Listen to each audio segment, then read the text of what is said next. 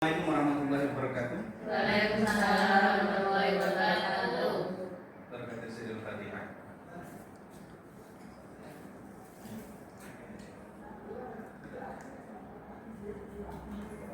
Oke, baik. Alhamdulillah kita sudah sampai penghujung semester ini. Jadi ini pertemuan ke-14. Besok sudah selesaikan tugasnya. Bagaimana yang saya sampaikan di awal bahwa tugas kita adalah tugas teman-teman adalah riset. Sudah soal? Sudah ya? Jangan sampai lupa. Jadi bentuk dari manusia yang moderat adalah melaksanakan kewajibannya sebagaimana kewajiban umat Islam. Dan ini penting bahwa menjadi manusia moderat itu sebagaimana core values kampus kita, ya. Jadi menjadi Islam wasatiyah itu penting. Jadi, baik, pertemuan kita hari ini bagian dari mata kuliah Sosiologi Pendidikan Islam, yaitu bahas tentang integrasi agama dan budaya lokal dalam pendidikan. Jadi materi ini menjadi sangat penting karena hari ini kita disuguhkan oleh lembaga pendidikan yang sangat, ya, bagian dari pendidikan yang sedang hari ini tren adalah pendidikan berbasis local wisdom atau kearifan lokal. Hari ini kita akan bahas bagaimana konsep pendidikan berbasis kearifan lokal berangkat dari kajian teori tentang integrasi interkoneksi dalam pendidikan. Oke, langsung saja. Tujuan kita hari ini sebagaimana yang ada di RPS sudah dibaca ya, bahwa setelah teman-teman belajar pada pertemuan terakhir ini, pertemuan 14 ini, diharapkan teman-teman paham tentang konsep pendidikan integratif, interkonektif. Ada yang dari Jogja? Atau baru main dari Jogja? Mbak Umi teh punya ya? Iya. Kenal Jogja? Pernah main di Jogja? Atau punya kenangan di Jogja? Oh, banyak sekali kenangan saya, Pak. Iya, begini. Ceritakan. Jadi ketika saya berada di sana itu berbaur dengan masyarakat Muhammadiyah, masyarakat dengan dekat kampus APMD, Ya. yang mana mayoritas orang-orang Barat, orang Papua itu. Jadi dalam budaya sedikit tahu lah budaya orang sana, kebiasaan orang sana yang sering lewat depan kos. Luar biasa. Jadi pengalaman ini akan membentuk, ya. Kalau tadi Mbak Umi menyatakan pernah bertemu dengan seseorang, kemudian ya, jadi tahu bahwa pengalaman itu memberikan pelajaran luar biasa di Jogja. Saya akan membawa kepada Jogja itu tidak sekedar makanan, tidak sekedar heterogenitasnya masyarakat, tapi Jogja itu mengenalkan kepada kita tentang konsep integratif interkonektif dalam dunia kita. Ya, sebagaimana yang kita bisa teman-teman baca, ada bukunya Prof. Amin Abdullah tentang integrasi interkonektif. Jogja dengan UIN-nya itu bagian dari bagaimana konsep praksis dari integrasi interkonektif. Bahwa pendidikan itu atau Islam itu hadir, atau pendidikan Islam hadir itu tidak hampa, jadi bermakna. Ya, kajian sosiologisnya kenapa kemudian kita harus belajar integrasi pendidikan dan budaya lokal ini, karena Satu, bahwa budaya lokal membentuk pengalaman sosial peserta didik atau membentuk interaksi sosial peserta didik. Kemudian Islam sebagai agama yang rahmatan lil alamin bersifat fleksibel dan akomodatif terhadap nilai-nilai lokal, bahwa Islam itu tidak kaku, Islam itu tidak damai, tidak kemudian bercerai-berai, dan Islam itu merangkul, tidak memukul. Nah, berdasar kenyataan sosiologis itu, kemudian penting bahwa kita harus ya dalam dunia pendidikan ada yang disebut sebagai bagaimana integrasi berkoneksitas dan kemudian uruf ya atau tradisi sebagai bukti penerimaan budaya lokal, bahwa Islam itu tidak anti pada kearifan lokal. Oke, ini konsep pendidikan integratif kognitif yang saya sampaikan tadi ada Prof. Amin Abdullah. Jadi Prof. Amin Abdullah itu pernah menjadi rektor ya, Prayogo, ada di Malang, juga sama konsepnya. Integratif itu menggabungkan unsur agama dan lokalitas dalam satu sistem. Ada di wing yang hari ini kita temui bersama. Jadi ada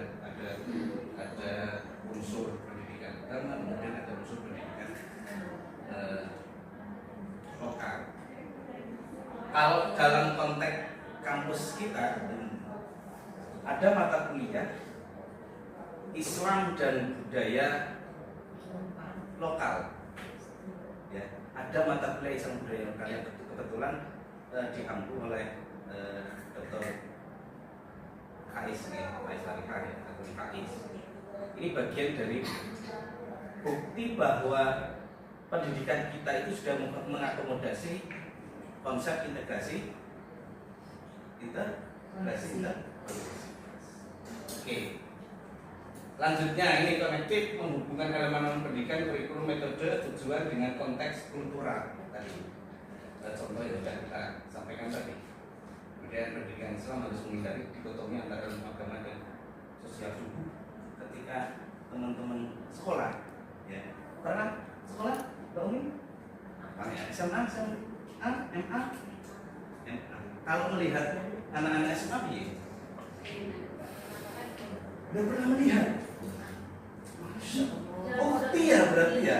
Subhanallah, tabarakallah. Bener, bener. Pernah nggak? Sampai lihat enak yuk, caca SMA atau cingkrang, dolan bebas. Enggak ya. Kalau sampai melihat anak-anak yang itu, yang di SMA yang bebas, dengan sampai harus mondok setiap hari di kamar, ada perasaan enak ya? Enggak ada ya? Ada yang ada. Mbak Afni, iya. Pernah nggak sama bahasa Inggris ya? Iya. Pernah nggak sampai merasa enak ya? Kita SMA ketika dipilih, disuruh milih antara di pondok apa di SMA, sampai dulu pilih mana? Di pondok. Di pondok, kenapa? Belum pernah mondok. Iya, belum pernah mondok. Ya besok nanti mondok di rumah mertua ya, kalau sudah nikah. Atau jangan-jangan sudah nikah? Belum ya. Jadi masyarakat kita itu masih dikotomis ya. Dikotomis itu artinya membandingkan antara sekolah umum dengan sekolah berbasis agama. Orang-orang yang pinter dianggap pinter pasti larinya ke sekolah negeri yang umum, sekolah umum. Sedangkan anak-anak yang memiliki kemampuan di bawah atau nilai SMA-nya di bawah, nilai SMP-nya di bawah pasti dimasukkan di pondok pesantren atau lembaga pendidikan berbasis agama. Dan ini realitas. Dan ini realitas bahwa kita masih dihadapkan pada dikotomisasi pendidikan. Ada yang umum, ada khusus, ada yang Islam dan ada umum. Nah, maka dengan konteks ini penting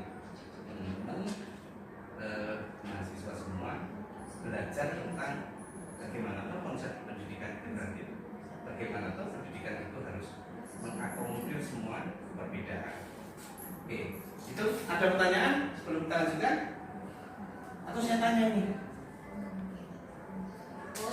Mbak, lupa? Hubungannya Pak? Sudah kemana-mana? Sudah ya? Sudah ya? Oke, kita belajar juga tentang teori yang melatari bagaimana pendidikan integratif informatif itu bisa berjalan dengan baik. Ya. Ada teori fungsionalisme Durkheim, ya. Agama dan budaya itu membentuk solidaritas sosial. Agama dan budaya membentuk solidaritas sosial. Jadi kepekaan, rasa, tenggang rasa dan sebagainya sosial. Kemudian teori interkoneksionisme simbolik dari Hedermead, ya. Pendidikan adalah proses makna sosial. Apa yang hari ini kita tahu bahwa pendidikan kurikulum merdeka dengan konsep pendidikan bermaknanya. Kemudian yang terbaru adalah pendidikan berdampak kurikulumnya akan kemungkinan berubah. Kemudian ada teori pendidikan kritis, Kolfer, ya, Kolfer. Kemudian ada Islam Nusantara, bahwa Islam Nusantara itu bagian dari contoh historis integrasi Islam dengan budaya lokal, yasinan, kemudian makanan. Kalau dalam konteks budaya, itu ada makanan, ada yasinan dan sebagainya. Itu bagian dari bagaimana budaya itu diakomodir dengan oleh Islam rahmatan lil alamin, atau dalam konteks Institut Agama Islam Muhammad Sepuh, itu bagian dari core values-nya kita, ya, core values-nya kita. Dan ini manfaat integrasi agama ini yang terakhir. Jadi apa pentingnya kita belajar itu? Satu, bahwa pendidikan itu jadi kontekstual dan bumi. Pendidikan itu tidak ngawang-ngawang, pendidikan itu harus sesuai dengan konteksnya hari ini. Kemudian meningkatkan perlindungan sosial atau nilai Islam. Terakhir, identitas Islaman. Oke, baik. Ada pertanyaan sebelum kita sampaikan tugasnya? Tidak, Pak. Tidak ya? Tidak, Pak? Sudah? Sudah. Kesannya di Jogja sudah? Sudah. Sudah ya, oke. Baik, tugas kita sebelum kita akhiri adalah mencari, ya, sampai ada di rumah-rumah sampai ada contoh konkret, misalnya di Wadu itu ada konsep pendidikan yang mengakomodir kearifan lokal, ya, dan TS Al-Azhar Solo Tubuh. Silakan nanti dicari, ya, dilakukan ini. Kalau di Cepu itu ada sekolah rakyat di Getas, itu bagian dari mengakomodasi pendidikan berbasis kearifan lokal. Di Al Muhammad ada konsep pendidikan ekologisnya, MI.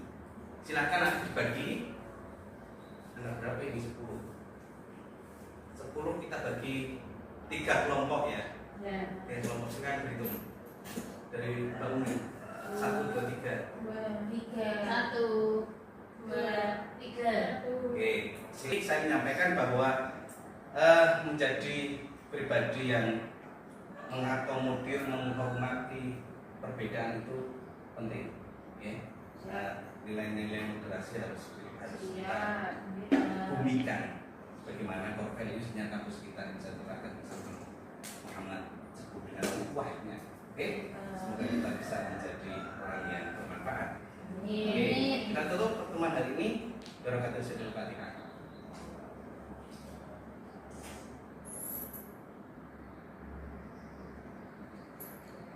Terima kasih. Assalamualaikum warahmatullahi wabarakatuh.